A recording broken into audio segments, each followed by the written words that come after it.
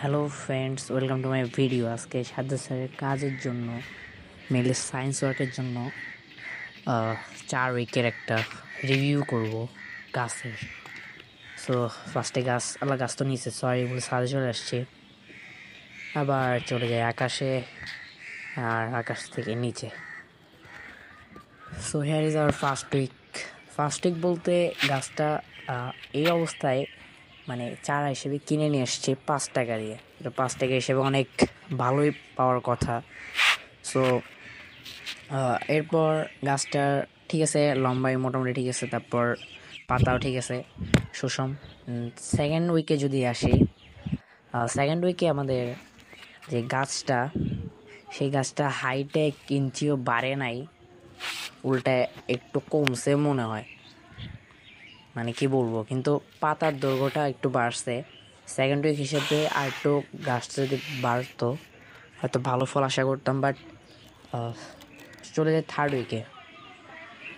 মিলে থার্ড উইকে গাছটা একটু সুষম রূপ ধারণ করেছে। থার্ড উইকে পাতার দৈর্ঘ্যটাও সুষম এবং গাছের আকার আকৃতি শেপ সব কিছু মিলে গাছটা একদম সুষমভাবে বেড়ে উঠছে বলা যায়। এরপর আসি ফোর্থ উইকে পাতার মধ্যে একটা ফুটা হয়ে গেছে, যেটা আমার একদমই পছন্দ হয় নাই। কষ্ট পেয়েছি, বাট প্রকৃতির নিয়ম মানতেই হবে। তো গাছটা আর একটু লম্বা হয়েছে, বলতে গেলে বোঝাই যাচ্ছে যে এটা ফোর্থ উইকের গাছ। আর কেননা জানি গাছটা অনেক দ্রুত বর্ধনশীল হচ্ছে। ফার্স্ট উইকের পর সেকেন্ড উইকে বাড়লো না, আবার থার্ড উইক থেকে হঠাৎ করে বাড়া শুরু। ভালোই।